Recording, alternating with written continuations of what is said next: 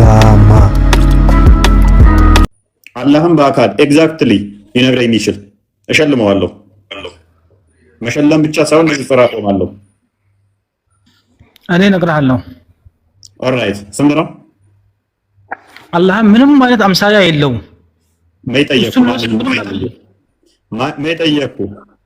ይመስላል ብዬ መይጠየቁ ማንን ይመስላል ብዬ መይጠየቁ አልጠየቁም። አላህ ማንን ይመስላል ሳይሆን ጥያቄ አላህ በአካሉ ስንት ነው ብዬ ነው የጠየቁ። እኛ በአካሉ ሆነ በምኑም አላህ እሱን የሚመስል ሰው የለም። በሱ ላይ እኛ ማጋራት አንችልም። ሰው አላህ አልጠየቅኩህም። ሰው ነው ብዬም አላልኩም። ማንንም ይመስላል ብዬም አልጠየቅኩህም። በአካል ስንት ነው ነው ያልኩህ። ለአንተ አካሉ ምን አደረግልሃል አንተ? ስለዚህ አላህ በአካል ስንት እንደሆነ አታውቁትም። የሚያውቁት አውቁታል፣ እኛ አናውቀውም። የሚያግን አለ። ዌር ኢዝ ዘ ኢስላሚክ ዲሌማ? የሚያውቁት ያውቁታል፣ እኛ ግን ምንም አያደርግልንም። የዘመናት መፈክራችሁ እንደ ዓለም አቀፍ እቺው ነበረቻ ትሪኒቲ አይገባም። አንድም ሶስትም አለ። ሃው እንዴት ስላሴ ይገባሃል? አላህ እንዴት ገባ? አላህ በቁጥር ስንት ነው? መልካም ሜቢ ጥያቄው ሰምተሃል ብዬ አስባለሁ። አዎድ ሰምቻለሁ። ኦኬ አላህ አካላቶቹ ስንት ናቸው የሚል ነው። ስንት አካል አለው አላህ? አላህ በአካል አይገለጽም። ኦኬ አካላቶች እንዳሉት አታሰብትም? አዎድ እሱ አንድ ጌታ ብቻ ነው። ኦኬ እጅ እግር ምናምን ባት አለው ብለህ አታምንም? አላምንም። መልካም ስለዚህ አካላት አሉት። አላህ እጅ አለው፣ አላህ ፊት አለው፣ አላህ እግር አለው፣ አላህ አይን አለው የሚሉ ሙስሊሞች ናቸው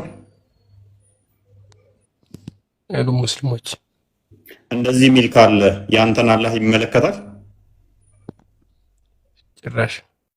ስለዚህ ያንተ አላህ እጅ የለውም፣ እግር የለውም፣ አይን የለውም፣ ፊት እንደዚህ የሚባሉ ነገሮች ከና አይጸድቁለትም። የለም አካል ቦታ ራሱ አይሰጠውም። ቦታም አይሰጠውም። ከአርሽ በላይ ነው የሚሉትስ ውሸታሞቻውን ነው። ስለዚህ አላህ ከአርሽ በላይ የሚሉ ሰዎች ሙስሊም አይደሉም ማለት ነው። ከአርሽ በላይ ነው፣ ከአርሽ ላይ ነው ሳይሆን ከአርሽ በላይ ነው። ከአርሽ ላይ ነው የሚሉ ከአርሽ በላይ ነው ከአርሽ በላይ ነው፣ ከአርሽ ላይ ነው ሳይሆን ከአርሽ በላይ ነው። ታዲያ ቦታን እኮ አንተ ራስህ አሰበትከው እኮ። ከአርሽ በላይ ማለት ቦታን አይመለከትም እንዴ? ነው ተሳስተህ ነው? አይ አይደለም። አጸደቅክ እኮ አንተ ራስህ።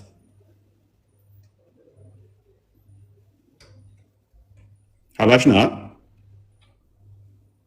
አብደላ ሀረሪን ትከተላለህ። ስለዚህ አብደላ ሀረሪ የምትከተል ከሆነ እነሱ ደግሞ አንተ እንዳልካውን እኮ አይሉ ከአርሽ በላይ ነው ብለው አይሉ። አላህ ሞጁዱን ቢላ መካ ብላችሁ እንጂ የምታምኑ ከአርሽ በላይ ነው ብላችሁ እንደ የምታምኑት። አሁን ወደ ጥያቄው እንመለስ። ስለዚህ አንተ አካላትን አታሰብትም። ስለዚህ አካላትን የሚያሰብቱ በሙሉ ሙስሊም አይደሉም ማለት ነው። አዎድ አላህ አካል የለውም። ቴንክ ዩ ሎክ። ስለዚህ ዘሆል ቲክቶክ ላይ የሚሰሩ ንጽጽር የሚያምኑት ደግሞ ምንድን ናቸው? የምታውቋቸው አብዛኞቹ 95% ያህል አላህ አካል አለው ብለው የሚያምኑ ናቸው። እንደነኚህ አላህ እሳቤ ደግሞ እንደ አባሾቹ አካልን አያሰብቱም። ይሄ አካላት ክፍልን ላለ አይሰጡም። ስለዚህ ምንድናቸው? እነኛ ሙስሊም አይደሉም። እንደዚህኛዎቹ ሙስሊሞች ማለት ነው አላህን የሚገዙ ያለ ቦታ ብለው የሚያምኑ ወይንም እጅ እግር ባት አለው ማይሉት ናቸው ሙስሊሞች። ስለዚህ አላህ አካል አለው የሚሉ አላህን እጅ እግር ባት ፊት ያለው የሚያመልኩ አሉ። አላህ እጅ እግር ባት የሌለውን የሚያመልኩ አሉ። የእነኞቹ እጅ እግር ባት ያለው አላሃቸው ያለው ከአርሽ በላይ ነው፣ ከአርሽ በላይ ነው። የእነኞቹ ደግሞ ያለ ቦታ ነው። ስለዚህ አንድ አላህ እንዴት ሊሆን ይችላል? ስለዚህ አላህን በቁጥር የሚነግረን ይህንን ለታሪክ አስቀምጡት። የሙስሊሞች መፈክር ነበረ፣ አንዱን ብቻ በጥራት ተገዙ፣ አንዱን ብቻ በአንድነቱ ሁለትነት የሌለ በሁለትነቱ ሶስትነት። ካሞን ብሮ ና ቻሌንጅ አድርገን እስኪ በአንድነቱ ሁለትነት የሌለው እና እስኪ ያሳየን። በሁለትነቱ አይደለም ያሳያለሁ እኔ። አላህ አንድ ነው እና ቻሌንጅ አድርገኝ። አላህ አንድ ነው። እውነት አላህ በዛቱ አንድ ነው።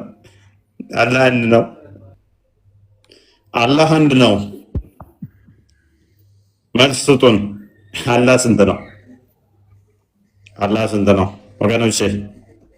አካላቶቹ ስንት ናቸው? አላህ የአካላት ስብስብ ድምር ከሆነ ደግሞ ምን ይሆናል? እሱ አንድ ሳይሆን ልክ እንደተባበሩት አረብ ኤሚሬቶች እንደዚህ የተሰባሰቡ ወይንም ደግሞ እንደ አረብ ሰላጤ ሀገራት ወይንም ደግሞ እንደ ዩናይትድ ኪንግደም እንደዚህ ምናምን ብቻ በስቴቶች የተሰባሰቡና አንድ ሀገር እንደመሰረቱ ወይንም እንደዛ ነገር ስብስብ ይሆናል ማለት ነው አለ። ምክንያቱም እኛን አይመስልም ታላችሁ፣ እኛን አይመስልም ስላላችሁ እጁ ማየት ማይችል ከሆነ አይኑ ራሱ እጁን አይመስልም። ማንንም አይመስልም ስትል ፍጡሩን ብቻ ሳይሆን ራሱንም አይመስልም። አይኑ አላህ ተብሎ ይጠራል ካልከኝ እጁን አይመስልም። አላህ አይኑ ሲሆን እጁን አይደለም፣ እጁን ሲሆን እግሩን አይደለም። ቀጥል። አንድ ሐዲስ ላንብብ ብዬ ነው አሁን አንተ ያልከው የሚያረጋግጥ እዚህ ሳሂህ አልቡኻሪ ቡክ 53 ሐዲስ 32 ላይ የሚታወቅ ሐዲስ ነው። አቡ ሁሬራ ሪፖርትድ አላህስ ሜሰንጀር saying Allah the exalted and glorious created Adam in his image and in his length of 60 cubits በ60 ኪዩቢት በራሱ መልክ እና በራሱ ቁመት አዳምን ፈጠረው ይላል። ስለዚህ የአላህን ቁመት እናውቀዋለን ማለት ነው። 60 ኪዩቢት ነው። አሁን እንግዲህ አይመስልም ካሉ እንዴት ከአደም ጋር አንድ ቁመት ሊኖረው ቻለ? ኢን ሂዝ ኢሜጅ ኤንድ ኢን ሂዝ ሌንግዝ ነው የሚለው ቡክ 40 ሐዲስ በዚህኛው አዲሱ አቆጣጠር ቡክ 40 ሐዲስ 6809 ላይ። ስለዚህ አላህ ከሰዎች ጋር በቁመት አንድ አይነት ነው። በቁመት አንድ አይነት ነው። ኦኬ ሌላም ቦታ ላይ ይሄን ራሱ አዲስ ተዘግቦ እናገኘዋለን። በቻፕተር 82 ቻፕተር 82 ላይ the book of asking permission ላይ አላህ created Adam on his form and his height with 60 cubits ይላል። ስለዚህ በ60 ኪዩቢት አላህ አዳምን ፈጥሮታል። ስለዚህ በቁመት አላህ ከፍጡራን ጋር ይመሳሰላል። አሁን የኛ ጥያቄ ምንድነው? አዳም 60 ኪዩቢት ቁመት ሊኖረው የቻለው ስለተገጣጠመ ነው። እግሩ ከጉልበቱ ከወገቡ ከዛ በኋላ ከደረቱ ከሆዱ እንደዚህ በግጥምጥሞች ስለተሰራ ነው። ወይ አላህ ማለት አደም በአላህ መልክ ከሆነ የተሰራው አደም ደግሞ በግጥምጥሞች ከሆነ 60 ኪዩቢት የኖረው አላህም ላይኳይዝ እንዲሁ ግጥምጥሞች የተገጣጠሙ አካላት ያሉት በ60 ኪዩቢት ቁመት ያለው አካል ነው ማለት ነው ሐዲሱ እንደሚናገረው። ስለዚህ አንደኛ አላህ አካል አለው ማለት ነው። ሁለተኛ ደግሞ ከአዳም ጋር ይመሳሰላሉ በሱ መልክ ስለሆነ የተፈጠረው ማለት ነው። ስለዚህ የሚመስለው የለም የሚለው ሱራ 42 ላይ ያለው ቃል አንደኛ ውሸት ነው፣ ሁለተኛ ደግሞ አላህ አካል አለው። ስለዚህ አንድነቱ በምን እንደሆነ አይታወቅም ማለት ነው። በአካል ይሁን በምን አይታወቅም። ምክንያቱም ግጥምጥሞሽ አካል አለው አዳም እሱን ስለሚመስል ማለት ነው። ይሄ ሁሉ መብራራት ያለበት ጉዳይ ነው። አምላክ ደግሞ ከፕሌስ እና ስፔስ ውጪ የሚኖር ነው። ከታይም ውጪ የሚኖር ነው። በቁጥር እንደገደብከው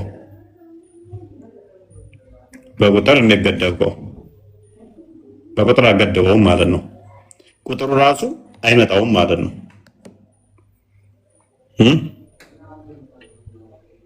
ስለዚህ ለመነጠል ነው እኛ ቁጥር የምንጠቀመው። ቁጥርን ስንጠቀም አንድ ስንል ሌላ የለም ለማለት እንጂ እንደዚህ የሚቆጠሩ ነው አይደለም። ያ አካል ደግሞ አምላክ ብለን ምናምነው እኛ አምላክ አብ ወልድ መንፈስ ቅዱስ ፍጹም ገጽ ፍጹም አካል አላቸው ብለን ስናምን የአካል ክፍል ድምር ውጤት ናቸው እያልን አይደለም። እዚህ ጋር መንፈስ ቅዱስ አይን አለው፣ አብም አይን አለው፣ ወልድም እንደዚህ የአካል ክፍል ውጤቶች እንደዚህ ያላቸው ድምር ውጤት ከዛ የሚተጣጠፉ የሚዘረጉ አምላክ ናቸው የሚል እሳቤ የለንም። አናምንም፣ እንደዛ አናምንም ወገኖች፣ አናምንም። እንደዛ አይነት እምነት የለንም። እንደዛ እናምንም ማለት ነው። እስልምናው ግን ይህንን አፍርም ስለሚያደርግ ነው፣ ይህንን ስለሚቀበል ነው። በተለይም የዋብያው ሴክት ማለት ነው። የዋብያው ሴክት ይህንን ስለሚቀበል ነው። ይህንን የሚቀበል ከሆነ ደግሞ ማዕት ጥያቄዎች የሚነሱበት አለ። ሊመልሷቸው ማይችሏቸው ማዕት ጥያቄዎች ይሆናሉ ማለት ነው። መልካም አላህ በአካል እየጠየቀን ነበር። አላህ ዛት አለው ብለህ ታምናለህ? አዎ በትክክል ኦኬ፣ ዛት አለው። ስለዚህ እጅግር ባት ምናምን የሚባሉ ነገሮች ማንንም የማይመስሉ አላህ አለው። አዎ ኦራይት። እነኛ አካላቶቹ ምን ወጥ ናቸው ወይንስ ክፍልፋይ ናቸው? አላህ አንድ ነው ብለን ነው እኛ የምናምነው። ኦኬ፣ አንድ ሆነው በምኑ በአካሎቹ አንድ ነው? የአላህ አካላት አንድ ናቸው? በቃ አምሳያም ሌላም ነገር ምንም ነገርም የለውም። የአላህ አካል አንድ ነው ወይ? አካላቶቹ አንድ ነው። አዎ በቃ እሱን አምሳያ የለም። ስንት እጅ ነው ያለው?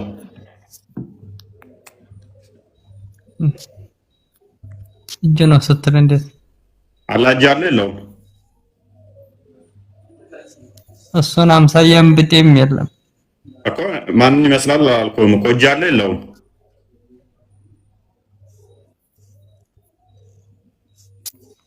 ያን እጅ አለው ብዬ አይደለም። አላህ አምሳያም ብጤም የለውም፣ እሱም መሳይም የለም። ኦኬ፣ አላህ እጅ አለ የለውም ነው እኮ ጥያቄ። እኔ ማን ይመስላል አይደለም ጥያቄ።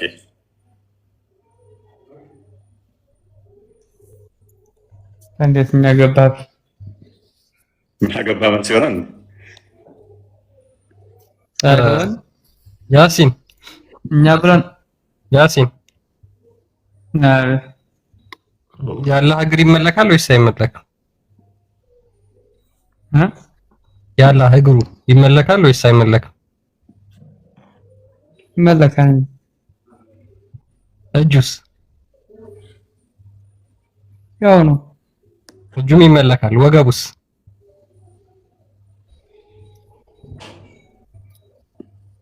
ወገቡ አይመለክም፣ አይታይም። ወገቡ ዝም አለ እኮ። ወገቡ አይመለክም። እርግጠኛ ነኝ ያሲን። አላህ አንድ ነው። አምሳያም ምንም እንትን ወገቡ ይመለካል አይመለክም? ወገብ አምልኩኝ ከሌ የሚል የለውም። አሁን እኮ ራስህ በመለስከው እግሩ ይመለካል አልክ፣ እጁ ይመለካል አልክ። ስለዚህ ሁለት አካል አለው የሚመለክ። ቆይ ሁለት አካላት አለው። አላህ አንድ በመሆኑ ነው። ቆይ ሁለት አካላቶች አላህ የሚባል ቆይ የምታመልኩት ሁለት አካል አለ። ምን የሚባል እግር የሚባልና እጅ የሚባል ሁለት አካል ያላ ሁለት አካል አለ። ልታመልኩት የምትችሉት እግሩን እጁን አንድ ስራ እጁ እግሩ ነው። አላህ እጁ እግሩ ነው ወይ? ያሲን እግሩ ሳይሆን እጅና እግሩ ይለያያል።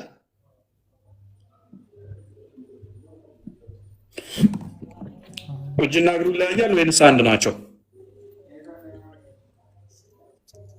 ኧረ ምንም አይለያይም። አዎ እጁም እግሩም አንድ ነው። አላህ አንድ መሆኑን ብቻ ነው የማውቀው።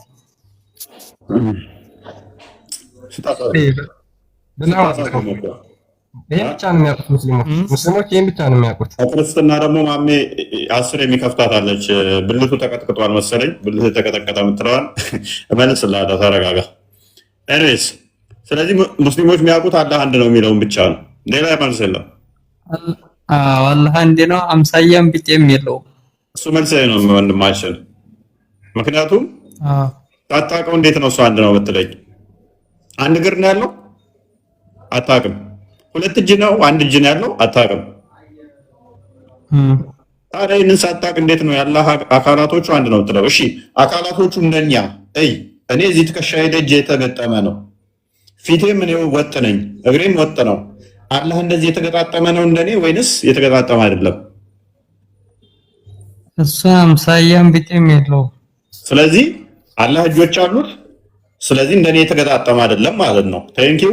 እግር አለው። እግሩ እንደኔ የተገጣጠመ አይደለም ስለማይመሳሰል። ስለዚህ እግሩ እዛ ጋ ነው ያለው፣ እጁ እዛ ጋ ነው ያለው፣ ፊቱ እዛ ጋ ነው ያለው፣ ጀርባው እዛ ጋ ነው ያለው፣ ሆዱ እዛ ጋ ነው ያለው።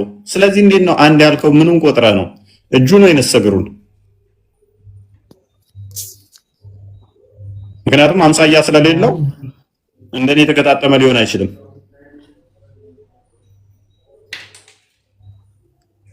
ምኑን የቆጠርከው? በቃ እኔ ማምነው አላህ አንድ መሆኑን ብቻ ነው። በቃ ምስኪኖች፣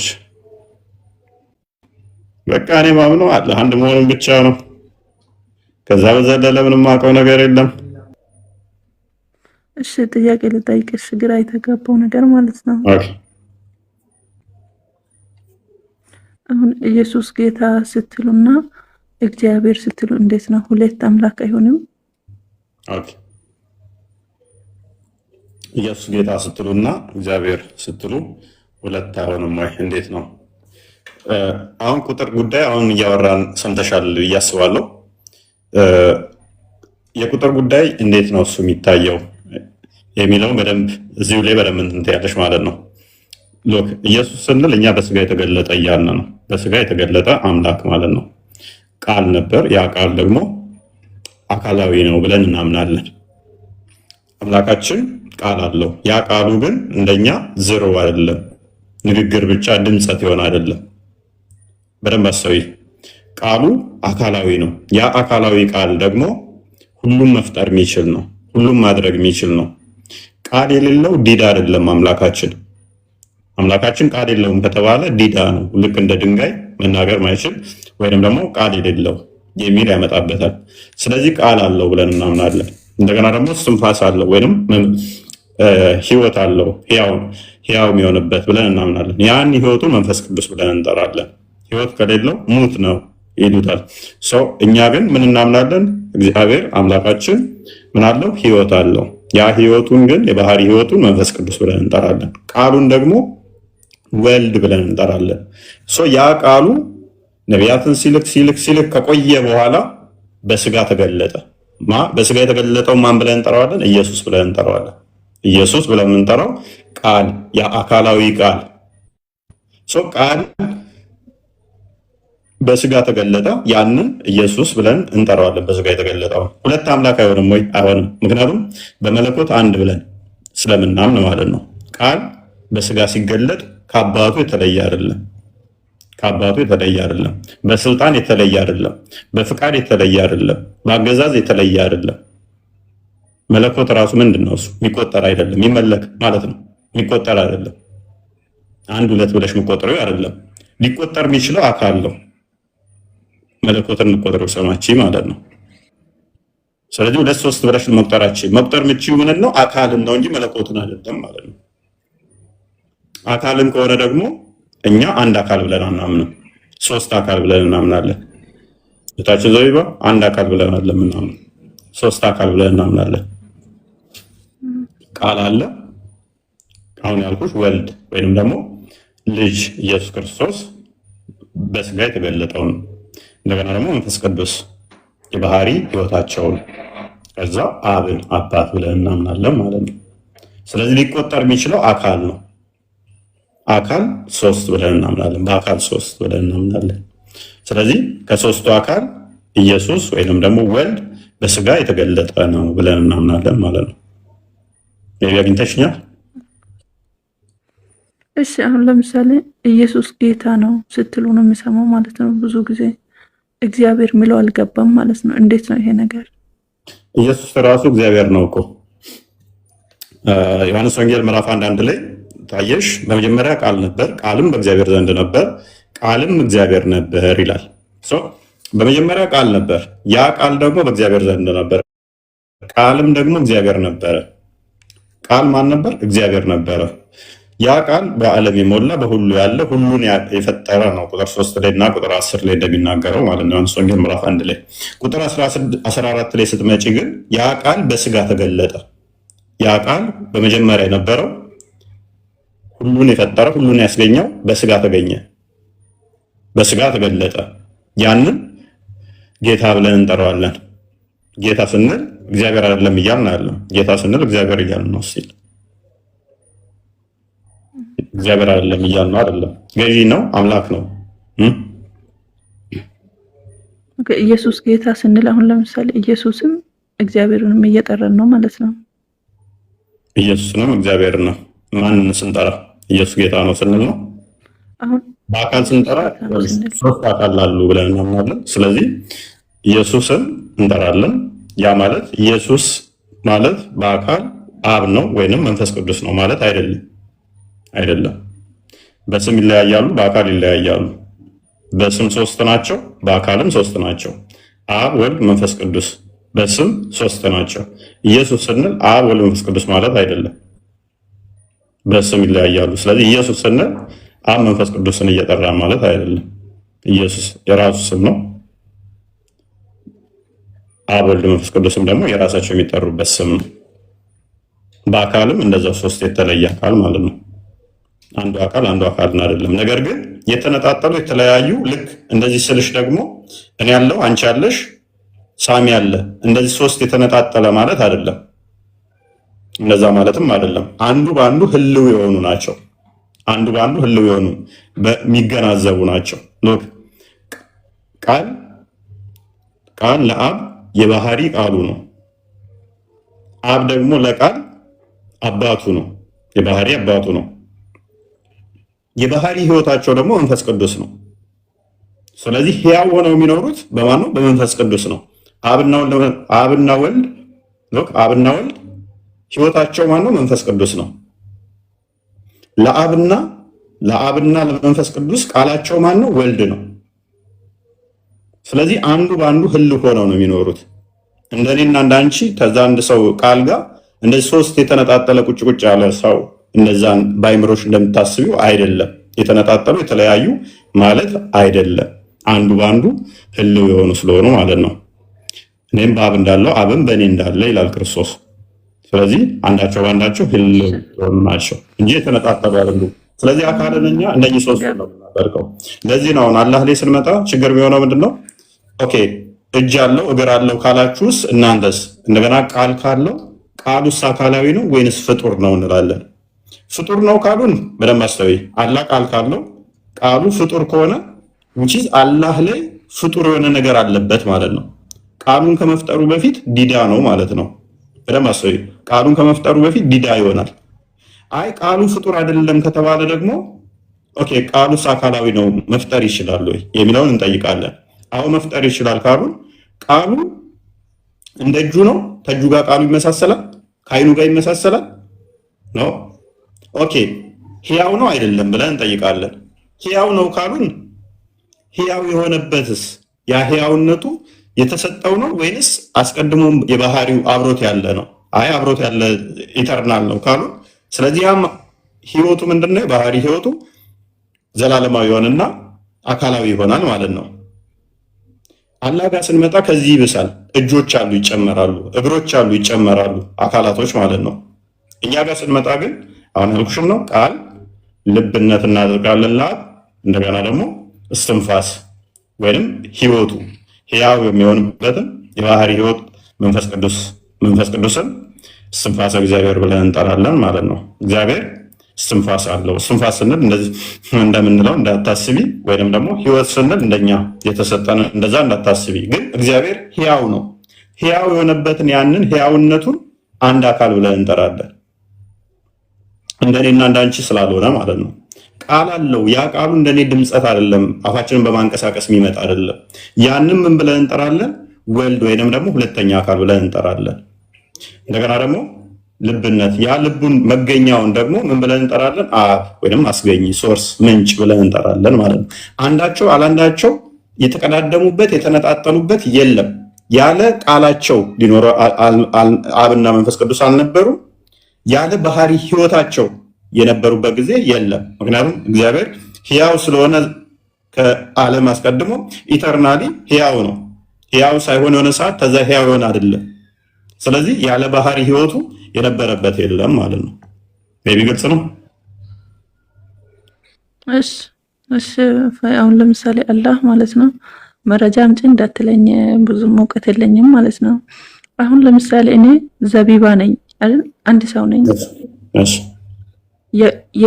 የዘቢባ እጅ፣ የዘቢባ እግር፣ የዘቢባ አይን አይባልም። በቃ አንድ ዘቢባ ነች የሚባለው ማለት ነው። አላህ ጋርም ስትመጣ አለ አሁን የጠራቸው አካላቶች አሉ፣ ግን አንድ አላህ ነው። ገብቷላ? አሁን እግዚአብሔር ጋርም ስንመጣ እጆች አሉ፣ ያጨበጭባል በመጽሐፍ ቅዱስ ማለት ነው። እንዳትጠይቀኝ መረጃውን እንደዚህ ነገር አለ ማለት ነው። እግዚአብሔር ጋርም ስንመጣ አላህ ጋርም ስንመጣ አንድ አላህ ነው። እንደዚህ አይነጣጠሉም። ያለሽ ሀቢባ አሁን የአካል ክፍልፍሎች ካሉት ስለዚህ እጁ እግሩን አይመስልም አይደለ? አይመስልም፣ ፍጥረትን አይመስልም ጭራሽ ማለት ነው። እኔ ነው የማይመስል ማንም የለም ብለዋል። ችግር የለውም። እሺ ስለዚህ እጁ እግሩን አይደለም አይደለ? እጁ እግሩን አይደለም አለ። እጁ ሌላ ነው፣ እግሩ ሌላ ነው። እኛን አይመስልም ነው ራሱንም አይመስልም እንኳን እኛ እጁና እግሩ እጁ ማለት እግሩ ማለት ነው አይደለም። ቴንኪው። ስለዚህ አላህ አንድ አካል አይደለም ማለት ነው። እጁ ራሱ ሌላ ነው፣ እግሩ ሌላ ነው። እጁና እግሩ ራሱ ካልተመሳሰለ ከኛ ጋር ደግሞ ፈጽሞ ሊመሳሰል አይችልም። ከኛ ጋር ኦልሬዲ ዘሆል አይመሳሰልም። የስፔሲፊክ አካላቶቹ ደግሞ ከራሱ ጋር ራሱ አይመሳሰሉ። የማይመሳሰሉ ከሱ ያልተነጠሉ እሱ ላይ የተጣበቁ አብረው ህልው የሆኑ አካላቶች ማአት አሉት ማለት ነው። ማአት አሉት። ስለዚህ በደንብ አስተውይ። ይህንን ካጸደቃችሁ የተለያዩ የተነጣጠሉ አካላቶች ያሉት እንደሆነ ካወቃችሁና ካጸደቃችሁለት የአካል ድምር ውጤቶች ከሆነ አንዱ አንዱን ካልሆነ፣ እጁ አይኑን ካልሆነ፣ አይኑ እግሩን ካልሆነ እነኚህ ደግሞ አካላት ናቸው ካላችሁ አንድ አካል ብላችሁ እንዴት ወይንም እንደኛ የድምር ነው ካላላችሁት በስተቀር እንደኛ የተገጣጠመ ነው ካላላችሁት በስተቀር አንድ ነው የሚለው አይመጣውም ማለት ነው። አንድ ነው የሚለው አይመጣውም። እኛ ግን አሁን እጆች፣ እግሮች፣ አይን፣ ፊት የሚባል መጽሐፍ ቅዱስ ላይ ብታገኝ ዘቢባ እኛ እንደዛ እናምነው። ለምንድነው ማናምነው? እግዚአብሔር መንፈስ ነው ብለን ነው የምናምነው። ዮሐንስ ወንጌል ምዕራፍ 4 ላይ ቁጥር 24 ላይ እግዚአብሔር መንፈስ ነው ይለዋል። ስለዚህ ሉቃስ ወንጌል ምዕራፍ 24 ላይ ቁጥር 39 ላይ እጅ፣ እግር እንደዚህ እንትኖች የሉትም ብሎ ይዘጋዋል። ክርስቶስ የሉትም ብሎናል። ስለዚህ እነዚህ የምታመጫቸው ኤግዛምፕሎች በሙሉ እግዚአብሔር እንደዚህ አይኖቹ፣ ጆሮቹ፣ እጆቹ ምናምን የሚሉ ብታገኝ ደራሲያን ሲጻፍ መጽሐፍ ቅዱስን ለሰዎች እንዲገባቸው ስለሆነ ምሳሌያዊ የተገለጠ ነው፣ ሜታፎሪክ ነው። እጆች አሉ ይባላል። እጆች አሉ፣ በእጆቹ ያጨበጭባል ይላል መጽሐፍ ቅዱስ ላይ። የቱ ጋር ምሳሌ ነው? ነገርኩሽ እኮ ምሳሌያዊ ናቸው አሉ አልኩሽ እኮ። አይን፣ እግር፣ እጅ ተብለው የተጠቀሱ አሉ። አልተጠቀሰም ማለት ያ ማለት ምሳሌያዊ ነው። ምሳሌያዊ ነው። ለምሳሌ ዙፋን የለውም። እግዚአብሔር መቀመጫ ዙፋን የለውም። መንፈስ ከሆነ እንዴት ነው? እሺ ምሳሌ ነው። እሱም ምሳሌ ነው። ዙፋኑ ለምሳሌ ቅድስናው ነው፣ ልዕልና ነው። ሰማይ ዙፋኔ ነው ይላል። ለምሳሌ ከፍታውን ለማሳየት ነው። ምድር እግሬ መረገጫ ነች ይላል። በቁጥጥሩ ስር በግዛቱ ስር መሆኗን ለማሳየት እንጂ ሰማይ ላይ ቁጭ ብሎ ከዛ ምድርን እንደዚህ ረግጧት ያለ አካል ማለት አይደለም። ምሳሌያዊ ናቸው እነኝ እንዳለ አኬዳማ